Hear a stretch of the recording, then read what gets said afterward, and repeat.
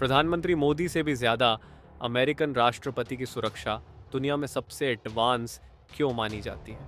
चलिए पता लगाते हैं। आज हम बात करने वाले हैं दुनिया के सबसे पावरफुल व्यक्ति, अमेरिका के राष्ट्रपति की सिक्योरिटी सिस्टम की। अमेरिका के राष्ट्रपति पर हमला करना सीक्रेट सर्विस या आतंकवादी का सबसे बुरा सपना है। विशेष तौर पर जब वह यात्रा कर रहे हों। इस मैनहोल कवर के नीचे एक बम छिपा है जो किसी को पता नहीं है और इसे दूर से भी ट्रिगर किया जा सकता है। अब से कुछ ही सेकंड बाद राष्ट्रपति का काफिला ठीक इसी स्थान से गुजरेगा। लेकिन यह एकमात्र खतरा नहीं है। कुछ दूर एक दूसरा खतरा है जो मंद रोशनी वाले कमरे में स्थित है।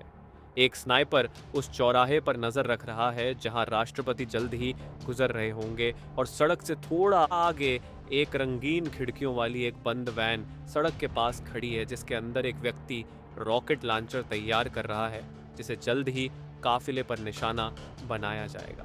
सौभाग्य से ये मुक्त परिदृश्य पूरी तरह से काल्पनिक है, लेकिन वे राष्ट्रपति की यात्रा के दौरान सुरक्षा सुनिश्चित करने के लिए सीक्रेट सर्विस द्वारा किए जाने वाले कठोर प्रयासों को प्रदर्शित करेंगे, जबकि राष्ट्रपति अभी भी बम वाले मैनहोल कवर से लगभग 2 मिनट की दूरी पर है। राष्ट्रपति के काफिले की पहली कार यहाँ से गुजर रही है, जिनके साथ मोटरसाइकिल कर्मी भी है जो आगे की सड़क को साफ करने में मदद करते हैं।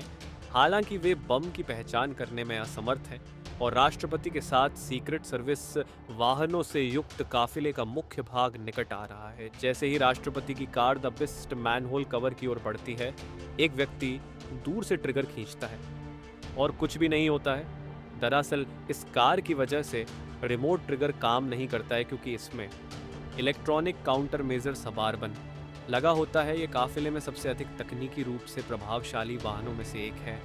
इसकी छत पर लगे एंटीना रेडियो फ्रीक्वेंसी उत्सर्जित करते हैं जो किसी भी बम सक्रियण संकेत को दबा सकते हैं। इस तकनीक को बैराज जैमिंग कहा जाता है और यह मुख्य रूप से एंटीना द्वारा इतना मजबूत शोर संकेत उत्सर्जित के द्वारा काम करता है कि अन्य संकेत आसानी से नहीं पहुंच पाते हैं और काफिला बिना किसी बाधा के दूसरे खतरे की ओर बढ़ता रहता है, जहां एक स्नाइपर बिल्डिंग की खिड़की में उपस्थित है जो सबसे खतरनाक खतरा हो सकता है।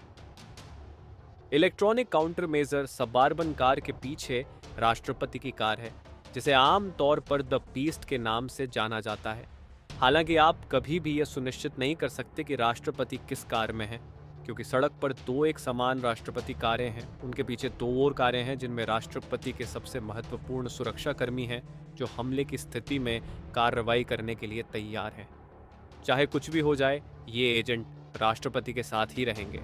जैसे ही राष्ट्रपति का काफिला दूसरे चौराहे पर पहुंचता है तो स्नाइपर ने इस तथ्य का पता लगा लिया है कि एक जैसी 2 कारें हैं जो शूटर के लिए मुश्किल बन गया है, लेकिन दुर्भाग्य से वह गाड़ी के शीशे के माध्यम से एक झलक देख लेता है और निशाना साधकर ट्रिगर खींच देता है।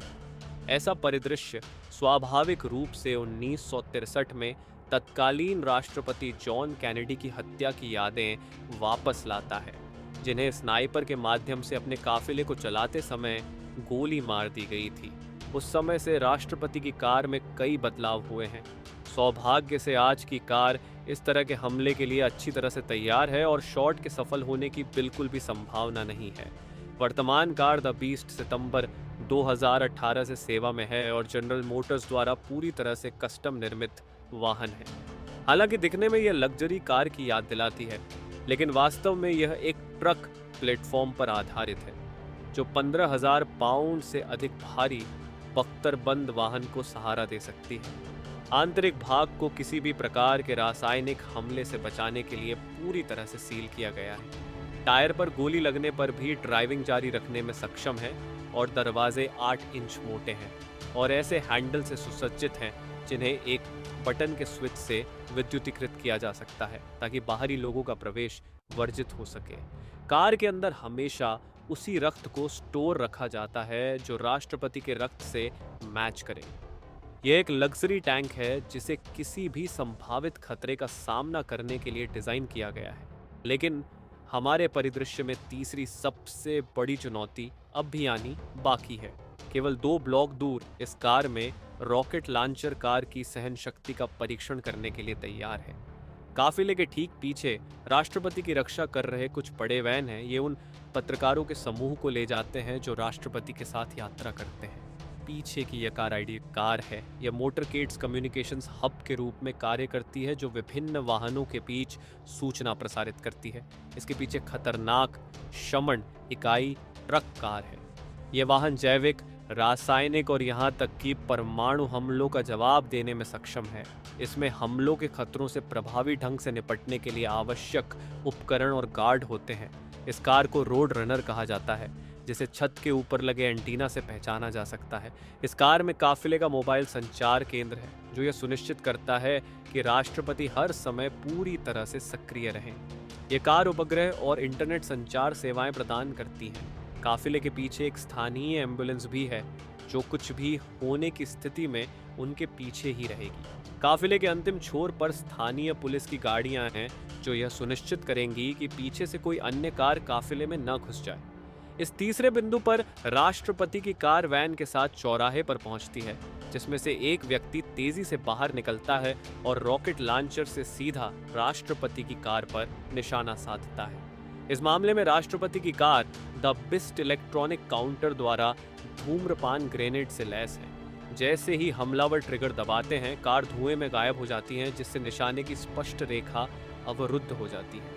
इंफ्रारेड धूम्रपान स्क्रीन इस तरह से बनाई गई है कि यह वस्तुओं के ताप हस्ताक्षर को छुपाती है। इसका मतलब है कि यहाँ तक कि अधिक जटिल निर्देशित मिसाइल भी लक्ष्य को ट्रैक करने में सफल नहीं हो पाती।